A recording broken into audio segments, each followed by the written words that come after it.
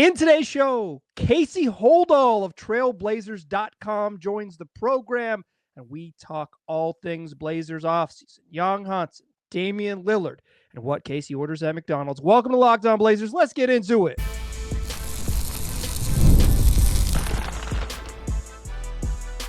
You are Locked On Trailblazers, your daily Portland Trailblazers podcast, part of the Locked On Podcast Network. Your team every day. What's up, world? It's your past first point guard and Trailblazers reporter, Mike Richmond. You are listening to another episode of Locked On Blazers, part of the Locked On Podcast Network. Available wherever you get podcasts and also on YouTube, coming at you 3 days a week for all of August into the first couple weeks of September. Then we'll get it back rolling 5 days a week. Joining me in this program, make the show your first listen every day. It's Locked On Blazers, your team every day. Joining me in today's program, friend of the show and my neighbor, Casey Holdahl of Trailblazers.com. Casey, how you doing? I'm doing great, Mike. And the fact that you do 5 shows a week during the season is, I'm still baffled by how you're able to turn out that amount of content. So that was me shaking my head at, like, I don't know how Mike manages to do that. 3 times a week in the off season is pretty crazy. 5 times a week while also doing everything else that you're required to do to live a regular adult life is really something, Mike. You should be commended for that. I don't know if people understand how hard that is. Well, I appreciate it. It's a labor of love. I'm not a prisoner here, but there are some days when it's like, oh no, I need to go record a podcast in the basement.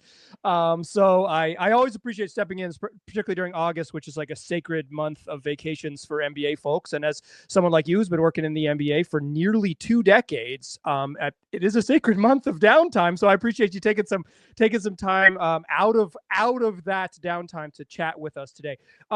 You're famous on Weibo, or as I understand, maybe a better pronunciation is Weibo. Weibo, and and you're famous because the Blazers added 20-year-old Young Hansen to the roster this season, and you've been to a lot of summer leagues in your time. So your Hansen experience was not sort of your first rodeo. I don't even think it was like your 10th rodeo necessarily. You've been there for a certain Weber State guard sharing the MVP rodeos, with Josh Selby back in 2012. You were there for Jared Bayless and Pateri Koponen. You were there for the 2022 Vegas title run. But how was the Hansen experience different? Like, how was being in Vegas with him this July?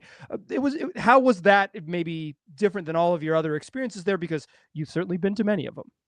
I have, Mike. You're exactly right. And it was different. Like this year definitely felt different than any other summer league I'd been a part of. And, we've had obviously some really important players through your Greg Odens, and you mentioned your Dames, and, just a bunch of CJ, and like just Will Barton had a great run at summer league too. Like, so yeah, I've been going to for a long time. Nick Batum had a terrible run at summer league. That actually might've been my first summer league covering the team, was Nick Batum. And everyone thought that it was like, oh, he looked terrible at summer league. He's definitely going to go back to France. And Nick was like, I'm not going back to France. So yeah, I was saying that summer. I was like, this Batum guy sucks. Yeah, Batum. Batum cannot play. I was like, I got to get Batum out of here. Yeah, exactly. And I remember specifically, like, he wore the same sneakers like in games that he wore like when he was walking around on the strip, a pair of Adidas Pro models. I don't know why that's always stuck in my head, but yeah, it was different because like just the amount of attention that Hansen has internationally, particularly from China, is really at a different level. It's, I know you saw it, Mike. I'm sure your listeners and viewers have as well. Like, you're probably talking at least like 30 media every single event at Summer League. And you know how it goes typically, Mike. Like, Summer League's usually like the first like 3 or 4 days, the first couple games. It's like there's a lot of attention. Everyone's excited. And then it starts to wane as the Summer League goes on. Part of that's because the guys stop playing. Part of that is because everyone's like, yeah, we get it. Like, we know, we saw what we needed to see. With Hansen, it just kept going. And so, like, for me, like, covering it, I feel like a lot of times in Summer League, again, like it starts to kind of drop off a little bit. The interest drops off. With Hansen, like, one, I think for a lot of us, having never really seen him play before, like, the chance to see 4 games was like, I just need to get my arms around like what this guy does. And then 2, like, obviously from a fan perspective, both domestically and internationally, like I think the combination of him kind of being a mystery, there being so much attention and interest in China, and just the way that he played too. Like, I think, the way that he performed and his style of play, I think really had an effect on how much interest there was, at least here, on Hansen. I mean, I think in China it was going to be a lot no matter what, but I think the fact that he came out and was like, oh, maybe the Chinese Jokic stuff, it's kind of a little bit of a joke, but maybe not entirely a joke. So I think that really kind of added to it as well. So for me, it was like, this was the first year where Summer League in, I don't know how long, maybe ever, like I felt like, I think I left after 10 days and I was like, I should probably stay for the rest of the time. And like, usually in Summer League, you're like, get the hell out of here. Like if you're on that 7 o'clock a.m. On Alaska, you're like at the airport basically at like 4:30 being like, hey, are we boarding yet? Let me get out of here. So, it felt like the interest was sustained the entire time. Like he performed well. And it seemed like, since we're all trying to figure out who is this guy, like every single opportunity to talk to him felt like it was an important opportunity. And so like a lot of times Summer League just doesn't feel that way. It's like, I'll catch you at training camp when the time comes with Hansen. It just felt a little different. So yeah, I would absolutely agree with that, Mike. It felt different this Summer League than any other Summer League I'd been a part of, and pleasantly too, because I think, the past couple of years too, like you had Scoot's Summer League and, he only played one game, same with Shaden. So like we had kind of almost been like it was to the point with Summer League where it's like, do I even need to go for like 4 games? Like I could probably just dip in and out, and I'm glad I didn't, because there's a lot of attention and again, a lot of things to focus on. Yeah, it strikes me as a little bit different because when you work for the team, some of your job is like introducing the new players to fans, right? That's kind of the role. It's like you're that liaison that says, get to know this guy as a basketball player, as a person, as like a funny guy who's going to interact with me because I'm going to be at every every interview session. But to you, it was in some ways, or this is my read on it, was like Casey Holdahl introducing himself to just a massive group of new fans that are suddenly learning about the Trailblazers through the lens of young Hansen. Like, so for you, did you kind of feel that it was like, hi, I'm Casey. I will be your liaison to the Trailblazers because you already know why you're here. Was there an element of that sort of the like introduction to the global stage kind of? Oh, absolutely. And I feel like, you kind of mentioned a few things there, Mike. You're exactly right that, when you work for a team, a lot of it is about like everyone kind of figuring out like, hey, let's kind of show the fans who this guy is. But particularly for Hansen, a lot of it was like, I want to make sure this guy knows who I am, it was like, I want to make sure that like I'm close to this guy because I want him to know, like when the time comes, when the season comes around, like I want to have a little bit of a baseline relationship with him.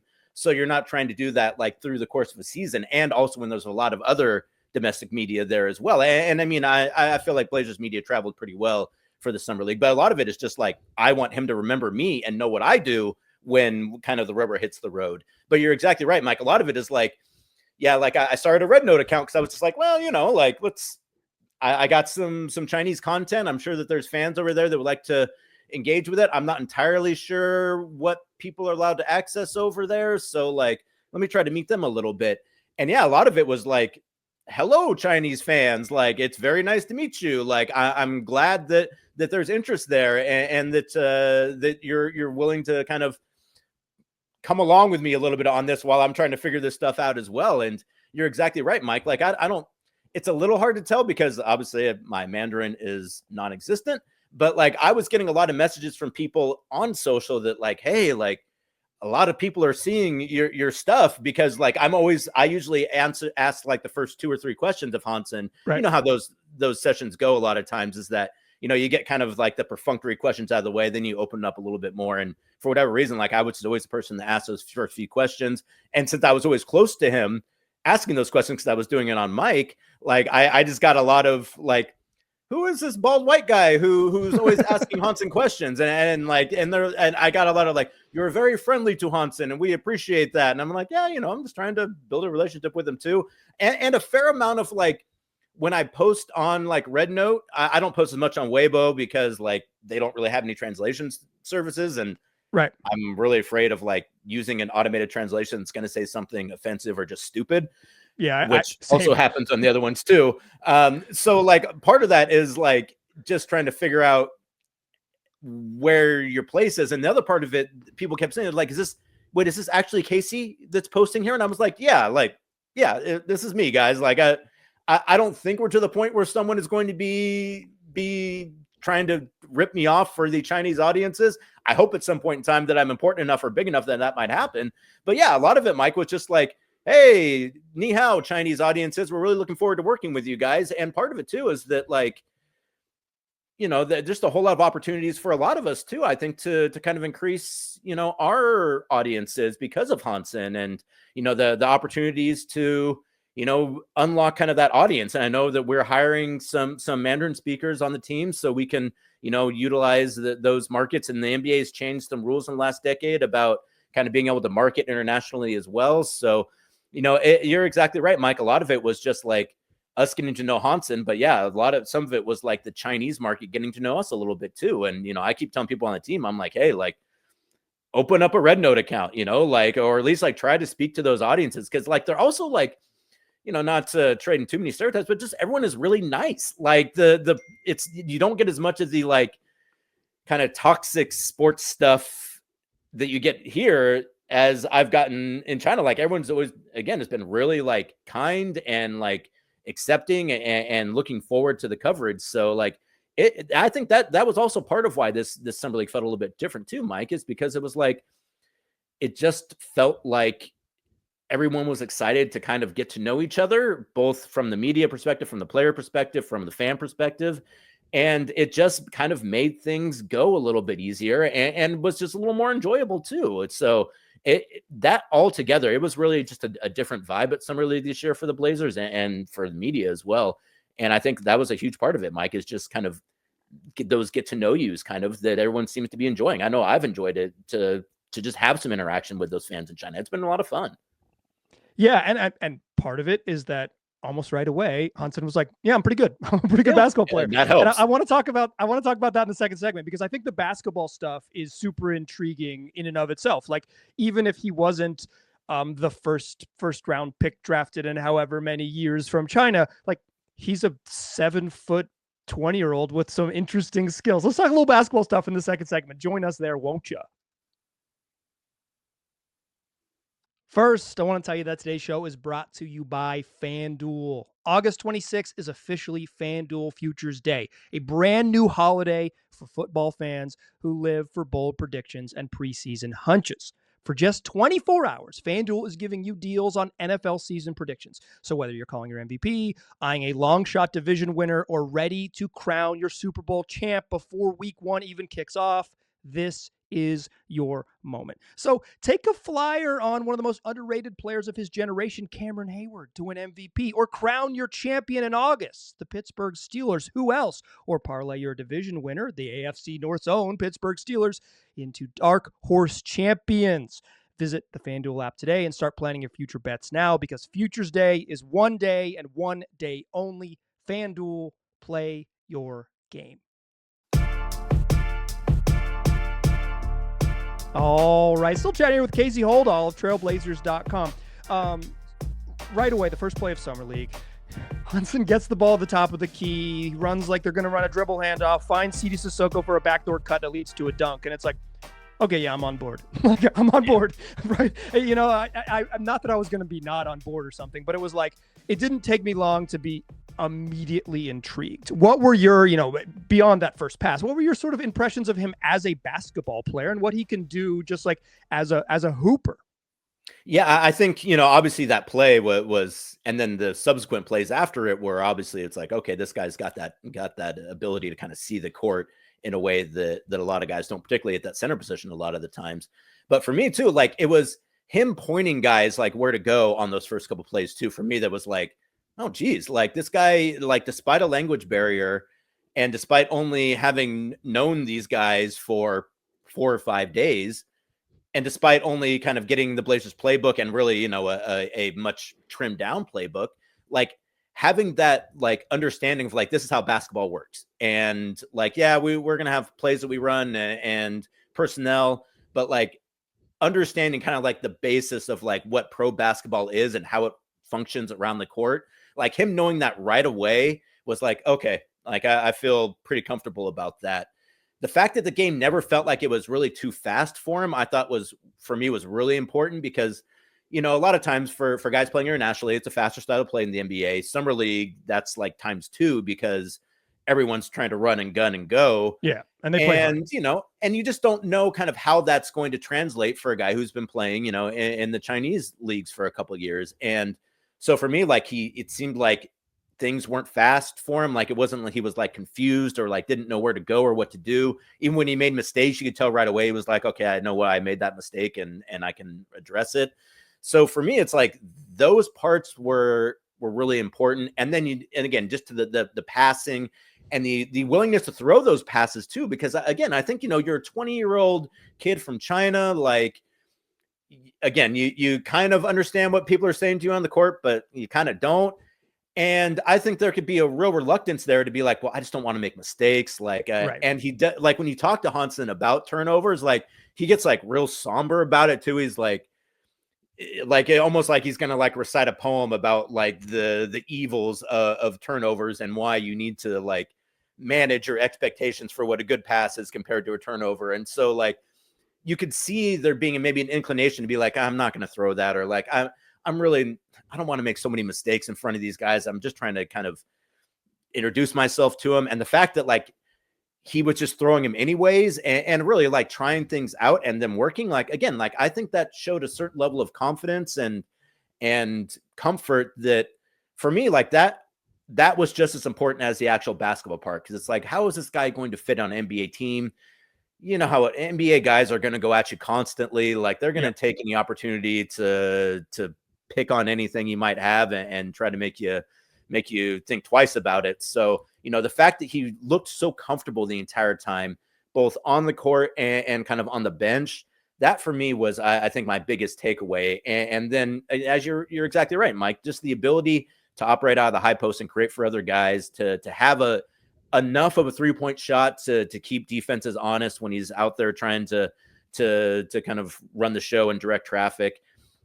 I think, his rebounding numbers, maybe not what people wanted to see from a numbers perspective, but I think when you actually watched him play, it's like, he's so adamant about blocking or boxing out for other guys that like, you kind of understand where that's coming from. So like, I had my expectations were like, if he doesn't look lost 75% of the time, if he throws like 3 or 4, like nice passes throughout the course of summer league, and if he's able to kind of communicate on the court and it doesn't seem like it's too fast for him, I'll be satisfied with what I see out of Hansen. And then, he went out and did those things in like the first game.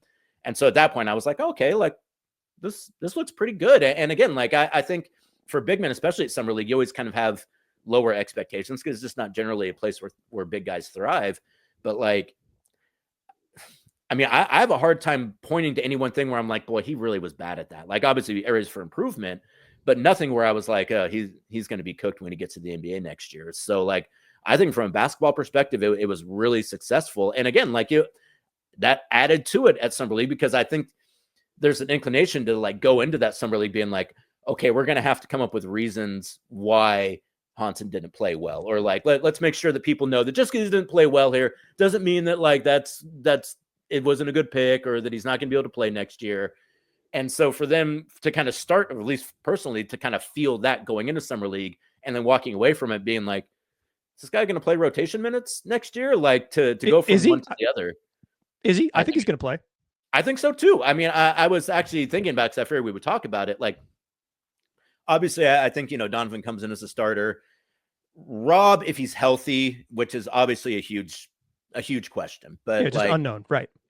But if he is healthy, then you figure that definitely moves Hansen down a spot. But like they're gonna find minutes for him. Like there's at some point in time this season, they're gonna, if he's not playing in the rotation because he's earned a spot, which I think I completely agree, Mike. I would be a bit surprised at this point if he didn't play kind of some regular minutes. But even if you're a few months into the thing and he's not, I imagine at some point in time they'd be like, hey, let's see if we can kind of carve some minutes out for Hansen. And I mean, I'm sure he's probably going to spend some time with the remix year. So that's obviously going to give you something to pay attention to there as well. But, I think, to go from, again, just not even knowing what your expectations really are, or what's a realistic expectation going into Summer League, and then leaving it being like, this guy is a little bit of a player. I think, again, like that's not something that I was necessarily expecting out of summer league. And so it's a nice little way to cap off, that part of the off season is by being like, hey, this guy can play a little bit. Yeah, I thought the best part about his experience was he didn't look out of place. He didn't look like I think he struggled for me like laterally on defense. I think in space he's going to struggle to defend, but he's 7 feet tall. That's not that uncommon, right? Like Donovan Clingan is an elite defensive player for a youngster. He struggles in space. That's not where you want him to be either. Obviously, he's not the same level of defender. They're very different types of players, but in terms of that being a thing, I think that'll be a problem for him early on. We'll see what the physicality is like for Hansen, that adjustment. He's 20, like that, those types of things. But in terms of just like I like to say, like the no name scouting, like if nobody had names on the back of their jersey and you were just kind of watching, you'd be like, oh yeah, he's fine. Like he can play. You wouldn't be worried. You wouldn't be like, yeah, I'm worried about 16. You'd be like, yeah, I think he's one of their best players. The no-name scouting, he passes that test in a heartbeat. Hansen wasn't the only surprising addition of July to the Portland Trailblazers. They also brought back an old friend, and it wasn't just Casey Holdahl. It was indeed Damian Lamont's Ollie Lillard. Let's talk about Dame's return, because it was one of those things that felt like, oh yeah, it's a real possibility in a way that things that are impossible happen. It's like, yeah, he'll come back. Like he wants to come back here, but not in freaking 2020, the summer of 2025. Let's talk about Dame's return and what it means for Dame, what it means for the city, what it means for the franchise, and all that in the third segment. Plus, we'll ask Casey Holdahl what he orders at McDonald's. Join us in that third segment, won't you?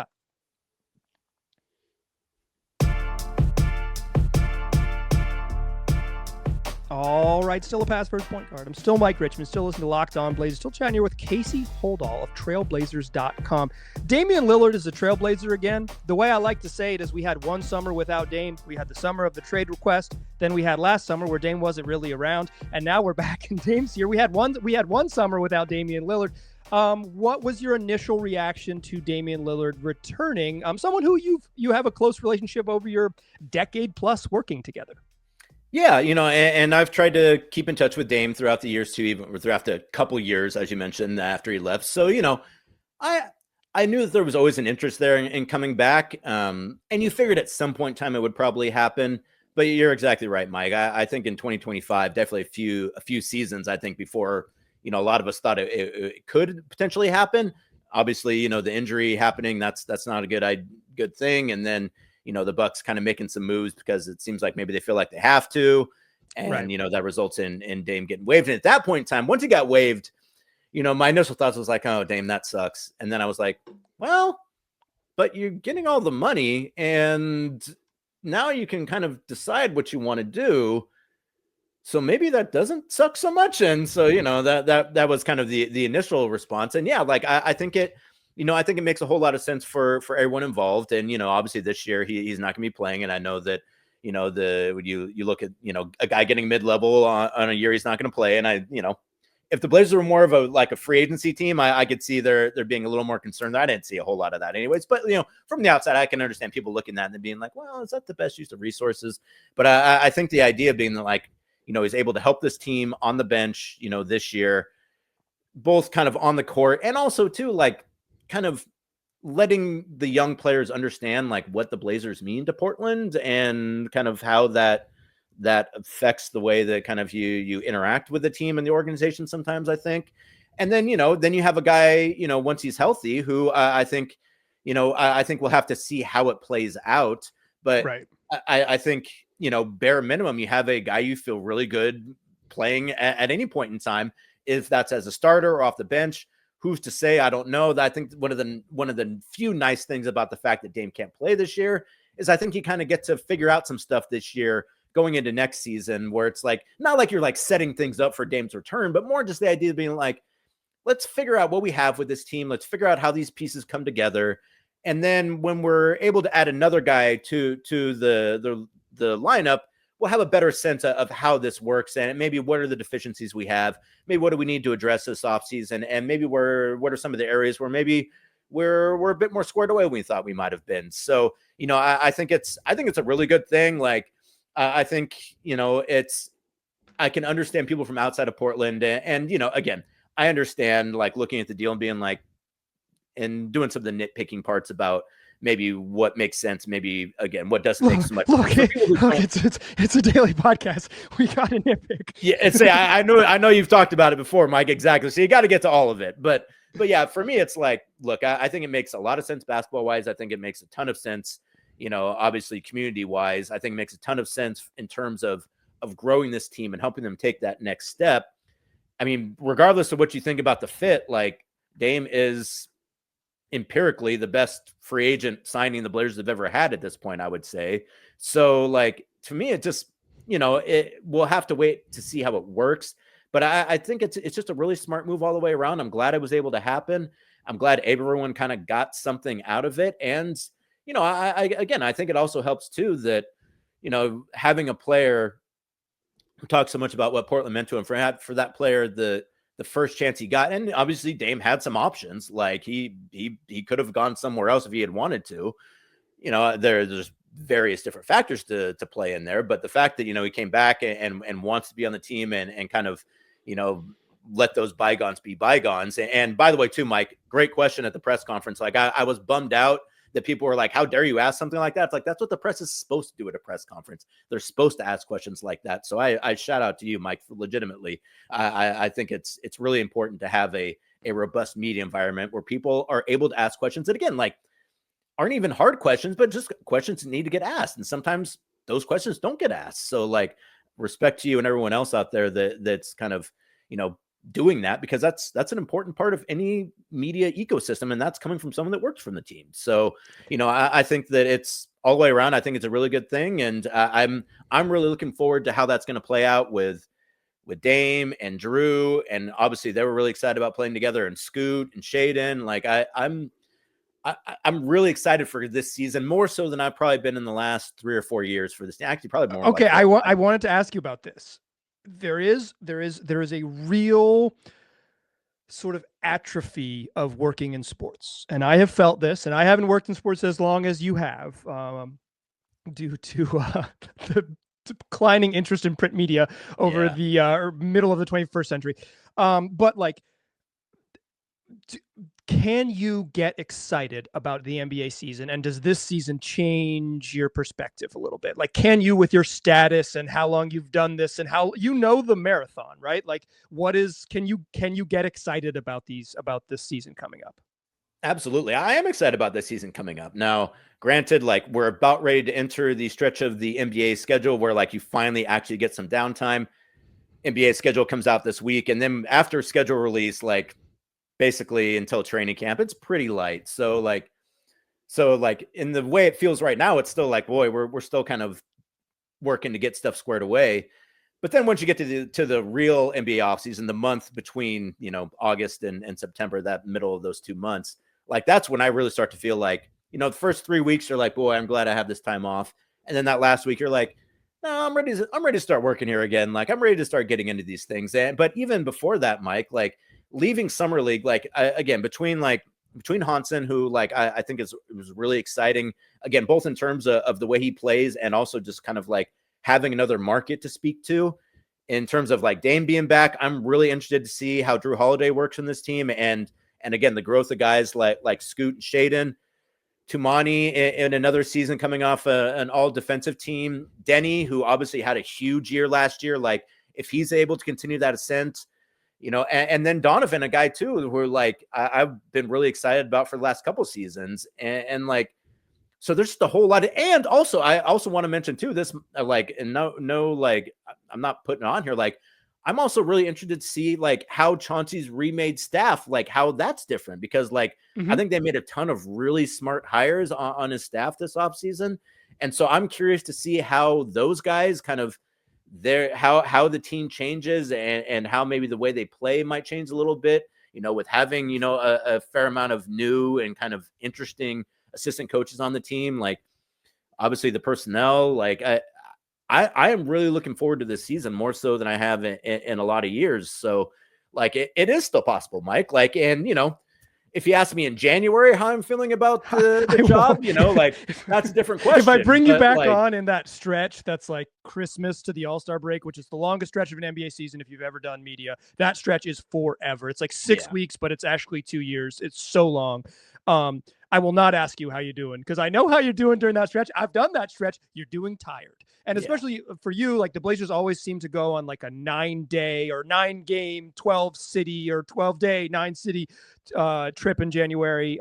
I believe this is going, by my math, this is actually going to come out after the schedule drops. So we will know if that January trip is there for Casey. And I won't ask in it'll January, be there. But it'll be there. I have not seen any of the schedule yet. I'm sorry, we're not dating things here, Mike. But yeah, that trip will be there. I'm going to give my real quick spiel about the NBA schedule. It's always the same.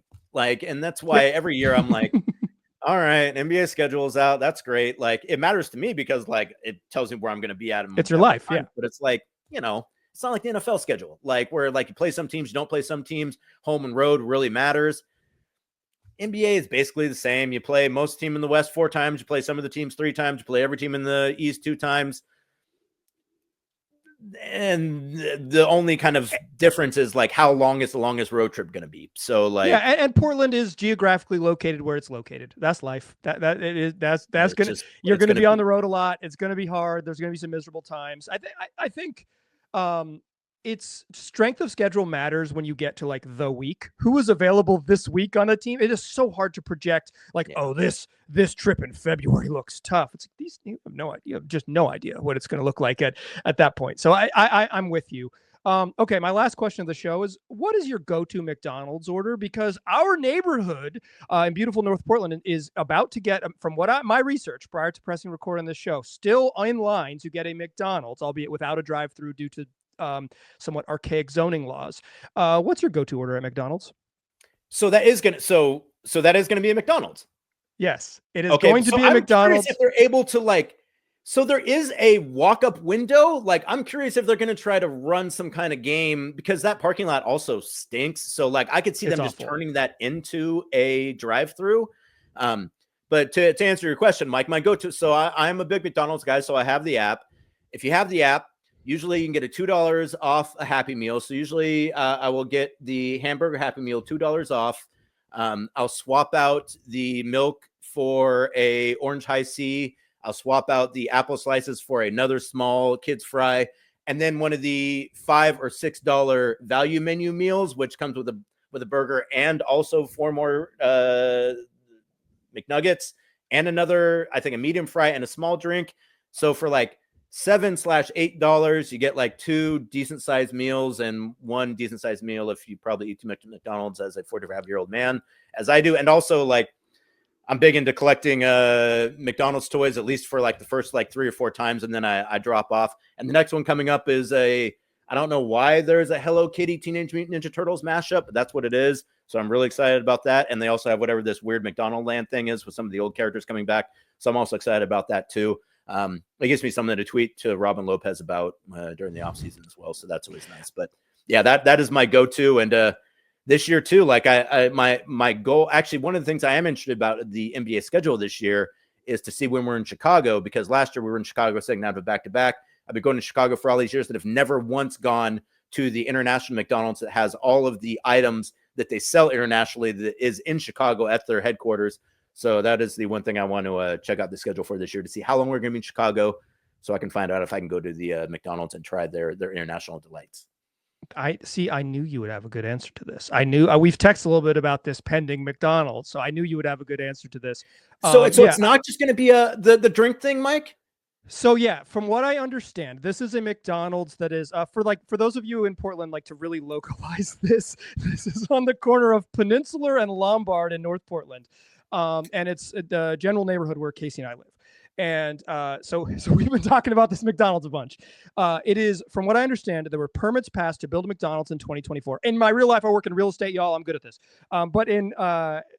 So there were permits passed to build a McDonald's. However, you cannot build a drive-through unless an existing drive-through already exists. So why Mike's Drive-In, like literally 2 lots down, has a drive-through is because that old bank had a drive-through. And why the Starbucks they're building can have a drive-through is because Arby's had a drive-through. But Green Zebra, which is we're replacing, was an old grocery store, did not have a drive-through. So they cannot, without doing some major like conditional improvements from the city, conditional approval from the city, they can't add a drive-through. So it is going to be a McDonald's. And I'm not sure that there are many freestanding McDonald's in the country that do not have drive-throughs. So I'm fascinated to see what it will be. But they used to have this concept that was like specialty drinks and snacks called Cosmics. But they killed that brand because it was a McDonald's that didn't serve cheeseburgers, which is just like a very weird thing for the brand to do. So from what I understand, it will be just a normal McDonald's, no drive-through. And I have a will-be 3-year-old by the time this is built. And so like going and get a Happy Meal and a toy, that's gonna be right in my wheelhouse. Okay. Dude, we're going to need it. So that, I feel like a lot of neighborhoods, there's always a storefront that's like, man, why doesn't anything ever work there? And so that storefront, when I first moved into this neighborhood, I think it was a barbecue place. And I think they got busted because it was like a drug front. And then it switched to a pizza place, but it never really worked. And then it was empty for a while. Then the Green Zebra opened as, like the kind of like elevated convenience store model, which was great. And, rise and fall of that empire. And so that went away and it's been empty ever since. And so for it to be a McDonald's, like with no drive-through, I'm going to make it my personal mission to make sure that business stays open. So you every time that you're going there, Mike, you got to like throw some rocks at my door and I'll walk over there with you. And I will also get a Happy Meal. I'll let you know. Yeah, please. We won't be driving, obviously, right? We'll be walking because that'll be a walk. That will actually be my office. I will use that McDonald's as my office, and I think McDonald's is still a sponsor. So yeah, if they want to sponsor some office space for me at that McDonald's that is not yet built yet, but they are working on it now. I'd be more than happy to listen to your pitches, folks from McDonald's brands. So please. When I was a high school sports reporter, I would file a lot of stories from one particular McDonald's in Clackamas County because you could pull up in the parking lot and get their Wi-Fi. And I had gone and got their Wi-Fi, and it knew my work computer or whatever. So I have done a lot of work late night at a closed McDonald's in my sports reporting days, filing like a Clackamas beats West Lynn 28-22 high school football story. By the way, did you watch that Down with them and Dank? Wait. Because you were in the McDank era, right? Like, yes. So there is I believe it's private now, but there were some videos that myself and my colleagues from Oregon Live did where we ate the McDank, which is a McChicken put inside of a McDouble. Myself and my colleagues Tim and Sean, who are not listening this late in the podcast, but Sean recently sent me that video and said we were ahead of our time. And so I literally have watched that in the last few weeks. It's incredible. I've got a buzz cut. I am 12 years younger. What a life it was.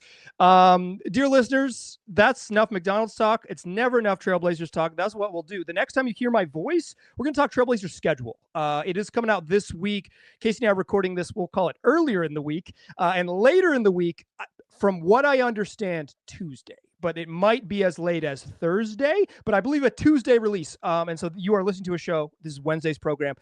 You are listening to August 13th show. Friday show. We will talk all things Trailblazer schedule, everything you need to know. Spoiler alert, not much, but we'll break it all down for you. Everything you need to hear. Casey, thanks so much for your time. I always appreciate it. I always appreciate it, Mike. And one of these times we'll have to do this I won't mention the McDonald's again. Maybe sometime we'll have to do it in person, actually, since we are just a stone's throw away from each other. Yeah, not far.